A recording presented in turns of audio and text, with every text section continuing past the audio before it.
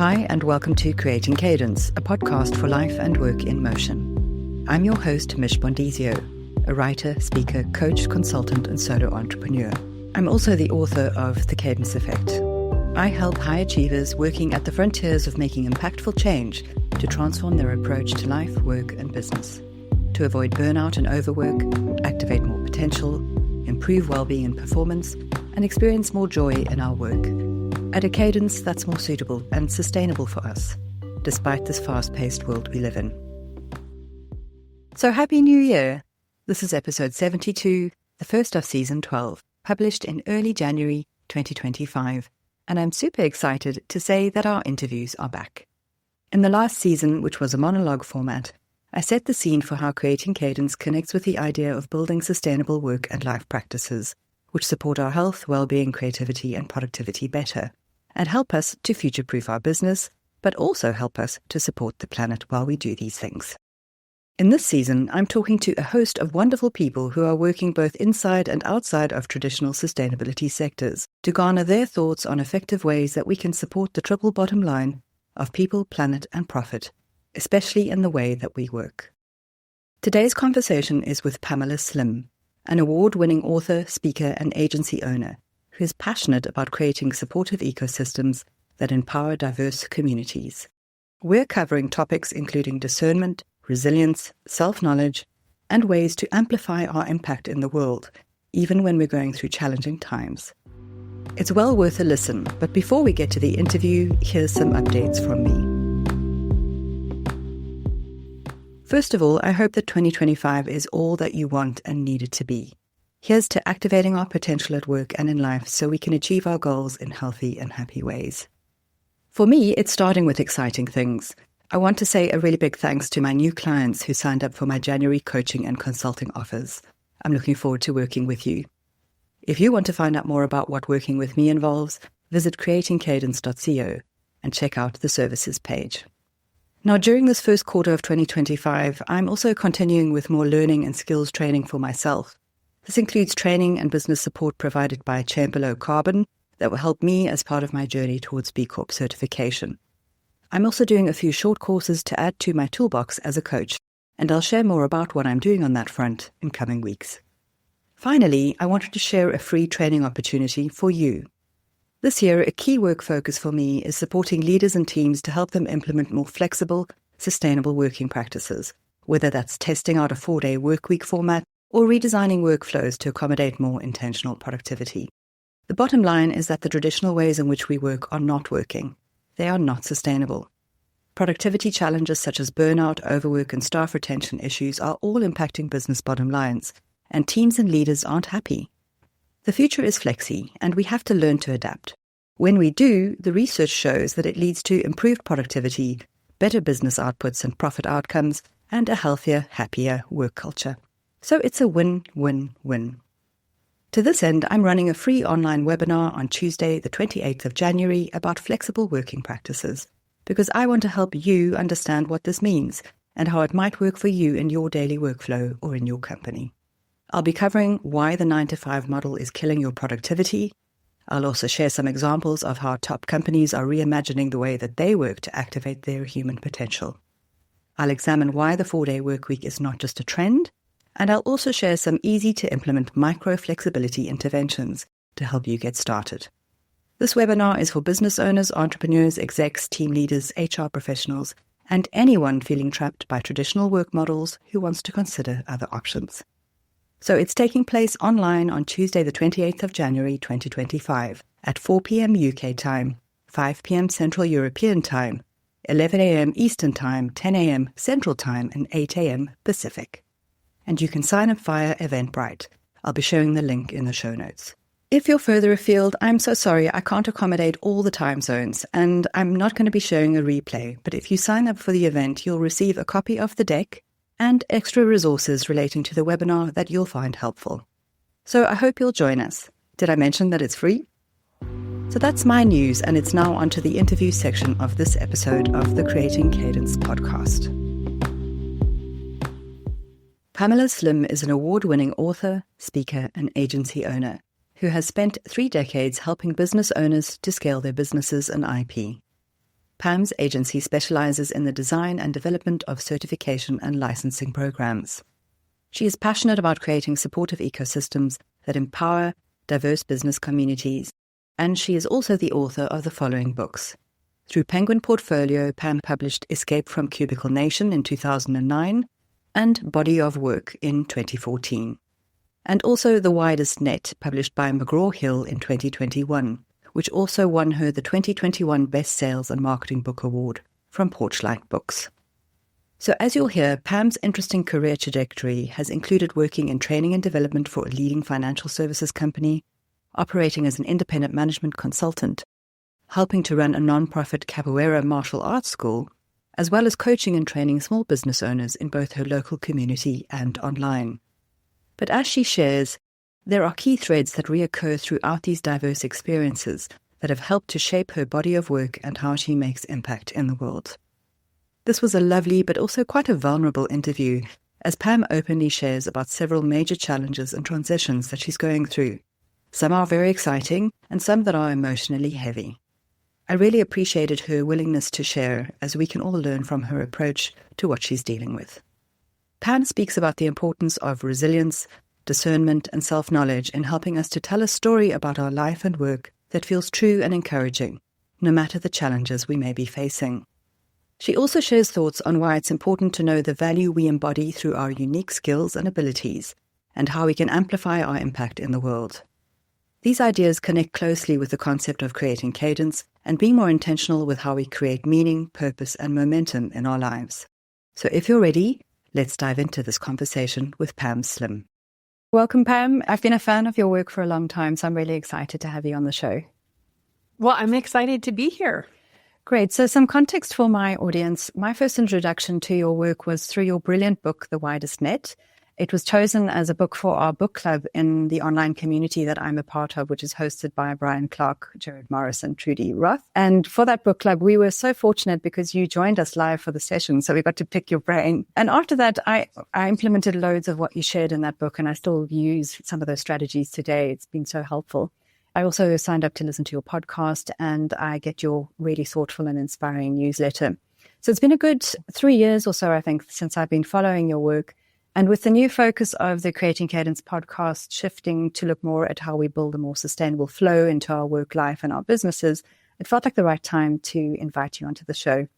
So I'd like to start with where you find yourself in your life at this moment. Tell us a bit more about your current life and work context. Oh, this is a timing to ask that question. I have just about every part of life shifting. So I'll give you a little insight into life and then also work, as many times they're very related. Correct. So I think life-wise, I'm 58. And my daughter, Angie, who's now a senior in high school, is getting prepared to go to college. I have a 19-year-old who's a sophomore in college, Joshua, who's in Denver. And then I have who I call my bonus son, my stepson, Jeffrey, who is 39, who's an artist in Phoenix. So I'm going to be an empty nester. And the year in which this podcast comes out, my daughter's going to be going to school in Paris, which is very exciting. So I plan on spending a lot more time there because I love Paris and speak French and want to travel some more. So I know that's going to be a really big shift personally to be an empty nester. I'm also, as my husband and I were saying, really graduating out of marriage. So we are actually ending our marriage relationship with each other, but just shifting to be friends and co-parents. So that's another major shift that's happening. And so it's always interesting to me kind of looking back at, my own body of work and things that have shifted in time, while some of these changes have been really difficult and, I have family members who have passed, and it's sort of been one of these years in 2024 where pretty much everything that could happen did. Yes. But knowing when I walk through that, there's a real excitement that I have to really redefining on my own terms, what I want to do. I've always been a person of great adventure, a lot of travel in my early years. And so I really see it as something, once I get through the hard parts that are not fun, of kind of moving forward. So all of this personal stuff is kind of in the backdrop of what feels like one of the most exciting shifts that I've been making in my body of work over the last couple of years, which is moving from primarily being a business coach and advisor for many amazing individuals and really shifting into an agency model where what I've seen in trends and the workplace is a move for many service providers from really just, ending up delivering direct services and maybe building a bigger consulting company to productized services, scalable IP, and certifications and licensing of content. So the last couple of years, we've really been building up that business. And especially with the advent of AI and all the impact that it has, it just feels like the most interesting, ripe moment where we're moving in a direction that feels like all the trends in the workforce and in entrepreneurship is moving. So that part is exceptionally exciting. We're just working with so many cool thought leaders. And so, as I said, you asked for it, you got it. Everything is changing, and that's okay. Wow, you're certainly right. There's a lot going on. I think it's fascinating, the work that you do, and you've always been really at the forefront of noticing changing trends and being able to step up and explore them. And I think that that's a really key part which appears in your work and in your actions, is that sign of curiosity. Let's see where this goes. What's happening here? And even though things are scary, curiosity trumps fear every time because it opens you up. So I love that you're being open to these really dramatic changes that are happening in your life and your work. Yes. So one of the 4 pillars of Creating Cadence is about building strong foundations so we can be resilient and sustain over the long haul when we are facing dramatic change. And these activities are things that support our health and well-being. They help us manage our stress and they help us be more creative and productive. What are your regular rituals and routines that help you to show up as your best self? And what challenges do you experience, if any, in maintaining those foundations? I have a very nice regular routine. I now work out of a home office. So for 8 years, I ran a community space downtown Mesa where I live. And so I would drive into the workplace. And when I was driving in the nice weather, which is most of the time here in Arizona, I would take the top down to my Mini Cooper and I would listen to good podcasts. 7 Figure Small is one of my favorite ones from Brian and Jared, and listen and learn. I always love that travel time between leaving the house and going into the office. So that was a bit of a ritual. And then I am funny. I have certain things. I plug in my fountain where I have running water. I light a candle. I have a little inspirational kind of card that I pull each day that I'll stop and like read aloud to ground myself. And I like to have really good coffee that's very fresh and hot right by my side, review my passion planner and just see exactly what it is that I have to cover during the day. And it just pretty small things, but it really sets a nice pattern. Now that I have my home office, I walk out my back door. My office is up above the garage, so I go outside for a moment and walk up the steps. Now I just take a moment to look back. There are these really beautiful mountains beyond our house. And so I'll take a moment just to pause and look at that. Then I enter in my office and then I do all those things I just mentioned that just help me to feel grounded. And it's funny, if I start a call without lighting the candle, all of a sudden I feel like something is off. I've been known to say, wait a minute, before we get into details, let me just light my candle here. It really helps to keep things grounded. I think on the other side, at the end of the day, after I look and make sure that I have covered everything, it's really important to me to shut things off and to leave the office and go downstairs. I rarely work well in the evenings. If I have to do something, I will, but I really like to be present now that it's me and my daughter and just hang out and enjoy the evening. Oh, fantastic. I am a firm believer in little rituals, and you write in one of your books, The Widest Net, about your tiny marketing actions. And these are the same things. These tiny actions really can have a very powerful effect in helping to ground you and helping you to focus and get really centered for the work that you have to do for the day. Yes. Yeah, thank you for sharing those. So on top of writing 3 books, you have a diverse range of experience from working in corporate to supporting small business owners and entrepreneurs with teaching, coaching and training and so much more. It sounds like things are moving in new directions. In your book, The Body of Work, I love that you talk all about finding the threads that tie our career stories together. And you have a very stirring call to action on your website, which is that we have the power to shape our world through our work. Can you share a bit more about your career story and journey towards building a more sustainable business for you and a more meaningful way of working? Yes. It's been interesting in looking at the threads of my career now that I've been at it for many years, 28 years in working for myself, and then a number of years before then in corporate. My early degree in college was international service and development with a focus on non-formal education as a tool for social and economic change. Oh, it's a lot to say in one mouthful. A lot of it was studying systems of change, particularly economic development in Latin America, which is where I studied. And so while it may seem like it's something far away from what I'm doing now, actually there are many, many threads that informed a lot of the work that I did in the early stage of my career. I decided early on that I didn't want to be an expatriate aid worker. I didn't really agree philosophically with that model. I thought it was much better to be supporting folks from that country who have a much better idea of what to do and just provide, resources or access that way. And so it brought me into overall the world of training and development. And so that was an early part of my career I loved. Even though I wrote the book Escape from Cubicle Nation, I loved my cubicle. The last real job I had was Director of Training and Development at Barclays Global Investors. right. And I really enjoyed it. I had an amazing team. And then spent about 10 years as a management consultant, primarily building training programs for large companies as an outsourced provider and consultant. That's where I work with Darren Padilla, who now I'm working with again in my certification agency. So that was really fun, interesting work. We just did all kinds of, engaging work that way. And what I got, I think, for a thread there, always having a lens of community development, change, but that is usually based more of an ecosystem-based approach to change. When I was doing organizational work, there's a lot of powerful systems thinking that happens when you're building a program, thinking about the experience of multiple people and how change happens. So there's always been that thread that really went through the early stages of business. And then in 2005, when I decided to go full-time into coaching with Escape from Cubicle Nation, which was it was a blog and then became my first book, that's where I had met so many people who wanted to leave their corporate life to start a business.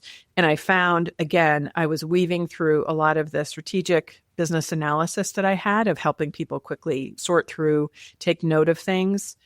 And my entrepreneurial experience, I ran a nonprofit martial art school with the executive director who was from Brazil. It was Capoeira, the Afro-Brazilian martial art. So that I didn't realize that was a very entrepreneurial experience of doing that. I was a volunteer executive director, but I did, all kinds of fundraising and program development and all that.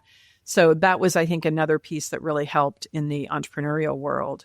So through the years, I've noticed there is a common thread and a frame, first of really just focusing on work that is meaningful and important. So where Escape really was that book that helped people to just leave a work mode that they didn't enjoy to go in and be stable working for themselves. I said body of work is really that love letter to creation. In the way it specifically relates to that quote on my website is, everybody works in different ways. Some people are just pure community organizers working through people. I often really see change through the lens of great IP, intellectual property. It sounds so boring, but that's the way that I'm wired. I love methods, models, programs. And I notice that in the world of work, it's the area where I feel like I can have the biggest impact and do something that not only might put forth better models. So for example, we work with Eduardo Briceño, who is an amazing Venezuelan thought leader who lives in the Bay Area, who does work around growth mindset, who work with Carol Dweck. Many people know, her from that great work, really helping to infuse organizations with amazing thought leadership and IP. We work with thought leaders that are doing work around embodied mindful practices for educators. And so in that work, it feels like when we are helping our clients to get their great IP out in the world, we're making the world a better place that they're facilitating, but then we're really using our energy and our knowledge to make that work easier and then to give them financial stability as well, to be kind of working that. So that I think is the thread. And then the widest net, it just kind of the work evolves. When you know what you want to create, the widest net is how do you bring it forth in a way that is beneficial for your clients, that goes directly back to the work that I did, as more of a community builder of looking at an ecosystem way of building a business. So it's always easier to look back from where we are today and to see the thread. What I've come to pay attention to, and you raised it before, it's a bit of a blessing and a curse. Like I feel in some ways like I see the future. I don't have a crystal ball and I'm not a fortune teller, but I just seem to see trends before many other people do. So writing Escape from Cubicle Nation that came out in 2009, we had the Great Resignation in 2021, where it feels like everybody was fully prepared for that. Writing Body of Work in 2014, then we've had all the coming like creator economy and all this focus on creation. The widest net ecosystem approach to doing things. Our SaaS friends, people who sell software as a service, I think have understood this better than most early on. But I find that for a lot of other business owners, everybody was still thinking in empires. I must build my own individual empire. So for me, the work just kind of whispers to me. I actually have the next book already that has whispered strongly to me. So I'm just slowly working on that. That's exciting. I won't bury the lead. This one is more, need I say, self-help. It's called Remember Who You Are. And when I think about doing all the work and taking on a big challenge and walking through life the way I have in 2024, the way to do it is to have a very specific understanding of really remembering who you are in the unique way that you're wired. And I'd spent a lot of my time as a coach encouraging people to keep going through the hard times, to really know that it is worth it to be building this work. Without this encouragement, it is very hard to complete it. So it's one of the things I appreciate, that it just begins to emerge. And as I said, with all the changes happening with me, it'll be very interesting to see these next directions, because I feel like there's a whole bunch of factors that just have a big open door of possibility, which I work very well in those conditions. Well, you've certainly got skills there. I'm very excited to hear there's another book coming. And talking about your experience and the threads, I think that's something that we discount often. We don't realize that nothing in our experience across our life is ever wasted. It all contributes to who we end up becoming and how we help people. And as you so rightly put, very often things come full circle. They come back to the strong points, to the points of interest that are important to you. You spoke a lot about community development and collaboration within community, and sustainable businesses can mean different things to different people. One key term relating to sustainable businesses is this idea of the triple bottom line, supporting people, planet, and profit. They're very interlinked. You're deeply involved in social enterprise projects. You've mentioned about the community-focused work. Why do you think that this idea of sustainability and building a sustainable business and the triple bottom line are important in our current social and economic landscape? To be very direct about it, we will not have a world to operate in if we do not address it. Mm-hmm. I was raised by my mom and dad, but influenced a lot by my dad, who was an environmentalist way back early before many people were talking about it. He started one of the first curbside recycling programs in San Anselmo, California in 1971, the first one in the whole state of California. Wow. So I have been surrounded by my family who is very passionate about that. My brother and sister-in-law are isotope geochemists, and they started an environmental program at the University of Pittsburgh where they teach. So I've just sort of been surrounded by a lot of that growing up. And then with the work that I've done over time, I have learned so much about all the ways in which we are really putting ourselves in just about every way at risk and in danger. So there's our own, physical well-being of everything that we're doing to ourselves as we're glued to our phones and just working. I mean, some of the global stories are just bone chilling. When you hear people here in the US, not that long ago, it was maybe a month ago or something, there was a woman working at a local bank and she passed away at her desk and nobody even noticed for like 4 days. Oh my goodness. So it was like on a Friday morning or something and nobody even noticed until a Monday afternoon. We hear about cases that happen in places where work is just so stressful. You have young 27-year-old investment bankers or something, that don't sleep and they end up really damaging their health or even passing away. So there's a lot of things I think about our work culture that we've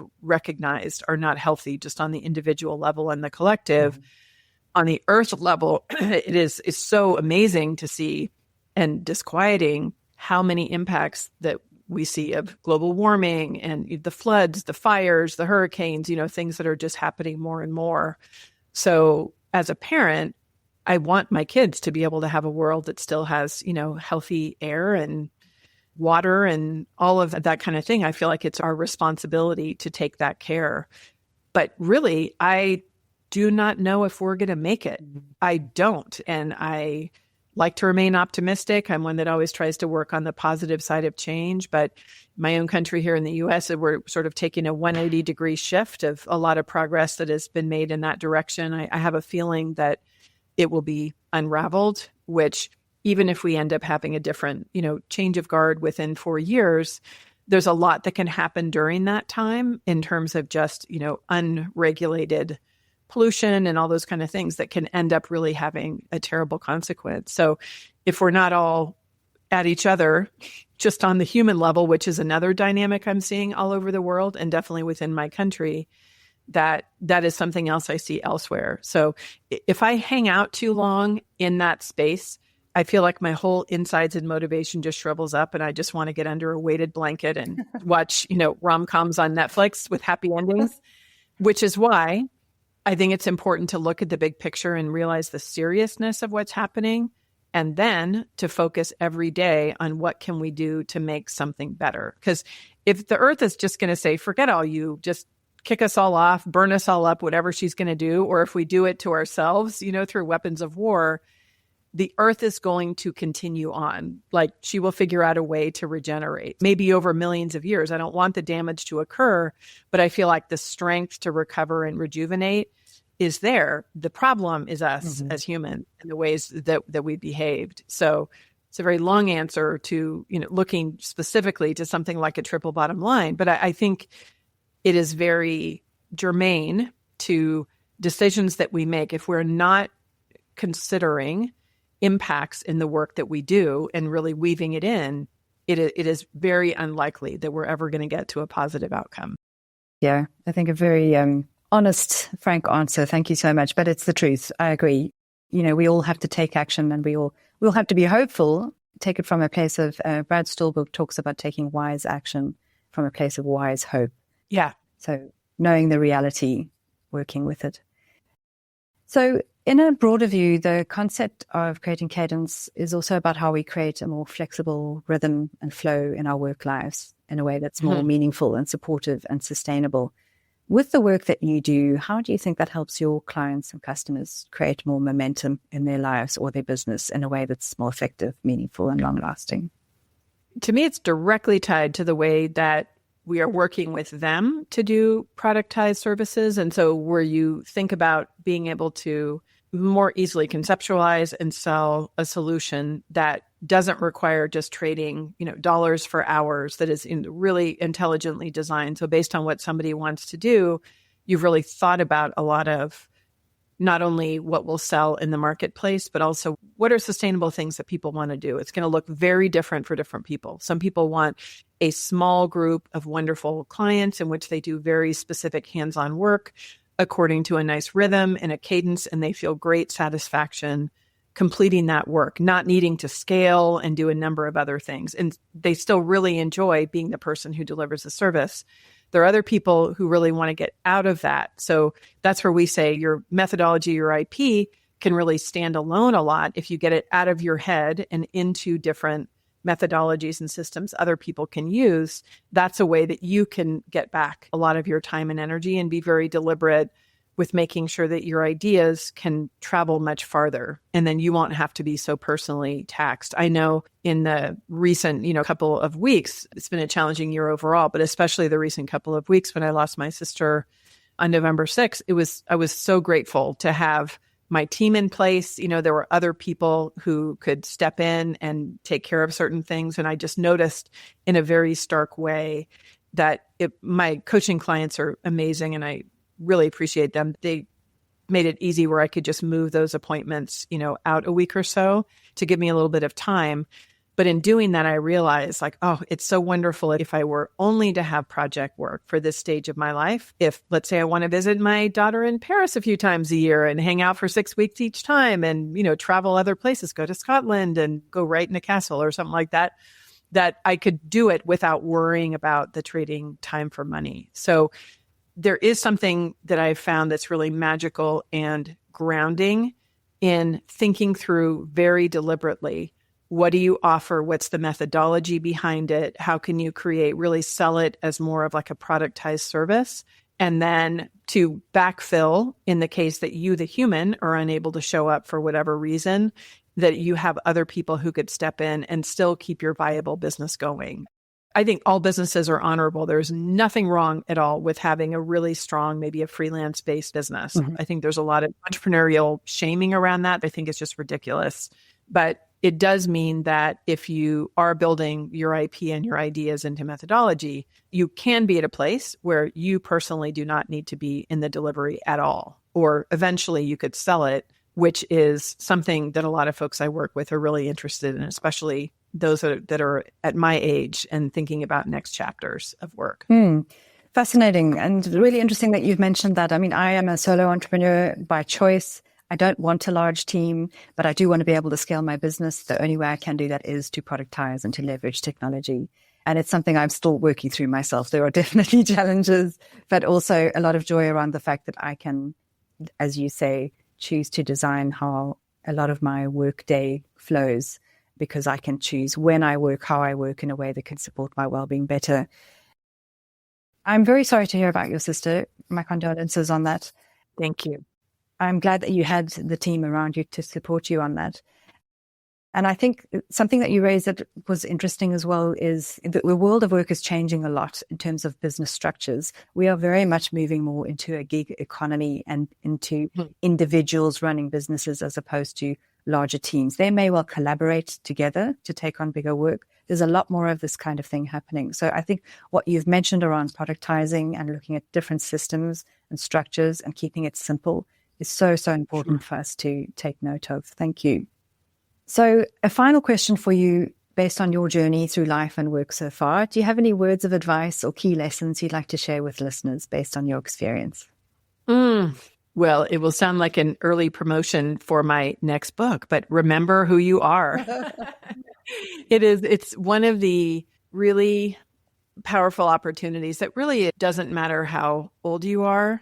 When you take time to really know yourself and know how you're wired, what you need, what energizes you, what are the kinds of ways in which you really can be making decisions based on your own well-being while really remaining open to other things. As I mentioned growth mindset before with Eduardo Briceño, one of our clients, it's just so striking the more that I, work on that project and realize how powerful it can be where you have a frame of really knowing and respecting who you are. So if anybody's giving you advice for what you should be doing, you have very clear discernment for what you want to do, while at the same time being open and curious so that when things happen, like I just had, I say this is my year of like living as a country song. Here in the US, country songs are usually, everything bad in the world. My dog died and my wife left and my truck tire broke down, all that. It feels like so many things have happened, for some weird reason after decades of hardly anything happening, to me at all. I think why I'm still standing and have a sense of humor and I'm able to move forward is because of the tools that I have developed through time as a coach, as somebody with self-awareness. I really know how to take care of myself, the times where I need to completely be offline, the times where it can actually be more helpful to have something to focus on besides necessarily, sitting and looking at the things that are not working. Just having that discernment, I think, is something that is really helpful. And then with that lens toward curiosity and not having toxic positivity or gaslighting yourself. It's okay to feel like this is very hard and, I'm experiencing a difficult emotion. But to me, to look at it in the context of my whole life and my body of work. There have been other times where I've gone through some real big challenges. And now I see in retrospect how that opened doors that I had no idea were ever going to open. So that part of it is like, even in the hardest times, it's really helpful to know. What I know for sure is that there are really cool things that are happening that I never even imagined. And it's funny, I'm going to Bogota, Colombia, where I studied as a senior in college when I was studying international development.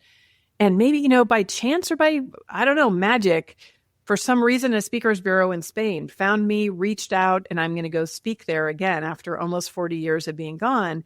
And it's just this little nudge and wink from the universe for me of, this is one example of opportunities when I'm an empty nester and my daughter's no longer here, that I'll be able to travel more, realizing there'll be about 1,000 micro business owners, small business owners. Here's this whole amazing market and an audience who I can really share with, that's opening new doors. And I find that all the time, even just kind of not losing your sense of possibility and of magic winks, no matter what it is that's happening. Because at the end of the day, it's just, that's all that we have, is our ability to be telling a story that feels true, but also feels encouraging about our own life and about our body of work.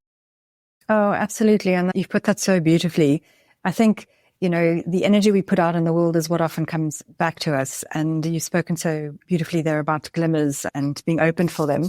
And I just wanted to say about the points you made around that self-awareness and how important that is to understand that we have got the capability to find our ways through challenging times, and that challenging things that happen in one part of our life don't necessarily need to infiltrate the other parts. There could be amazing things still happening in other areas.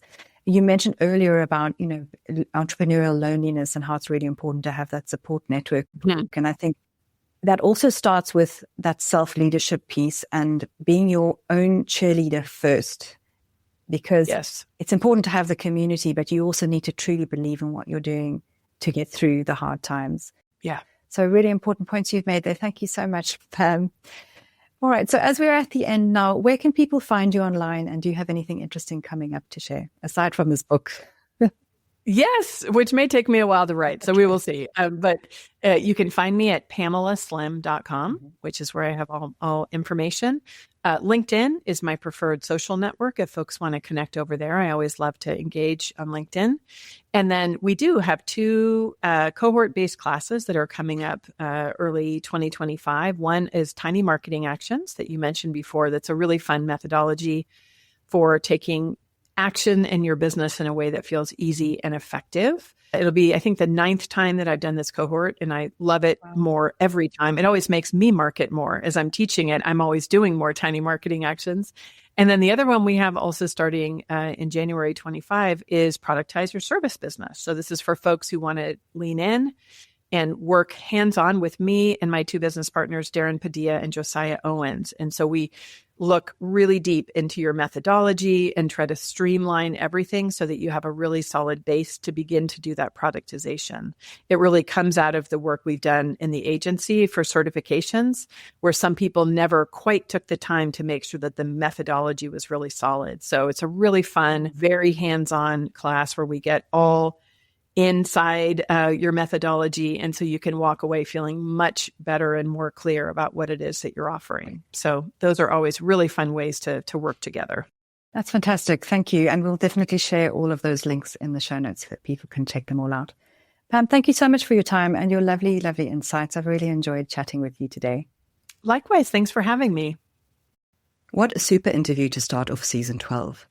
Coming out of what was a tough year in 2024 for many of us, and having the aspirations that I'm sure we all do for better outcomes in 2025, I hope that you'll take note of the lessons and insights that Pam shared around resilience, discernment, self-awareness, and understanding the patterns and threads that traverse our lives and how we can leverage them to improve and activate our impact in the world. When we truly know ourselves, when we know what brings us joy, what keeps us strong, and what fuels us to do good work, and when we understand the unique value we bring to the world, then we're better placed to amplify our impact and help those who will benefit the most from what we do. In the next episode, I'll be chatting with Dr. Zoe Detko, the founder of Ardea Eco Innovation, and I'm sure you'll love her enthusiasm for building more sustainable businesses as much as I did. So thanks for listening, and a few things before you go. If you like the show, please share the love by rating it where you listen to it and telling all your friends. You can find out more about what I do at creatingcadence.co, and you can buy my book at thecadenceeffect.com. If you're interested in being a sponsor for the podcast and you have a product or service that aligns with the ethos of creating cadence, intentional productivity, or flexible, sustainable working practices, then drop us a line at hello@creatingcadence.co. The podcast is hosted on Acast and available wherever you listen to your pods. It's edited on Descript, auto-posted to YouTube with Headliner, and the current groovy podcast music track is 184 by Skittle from Blue Dot Sessions. So until next time, keep moving forwards with courage, curiosity, and cadence. Bye for now.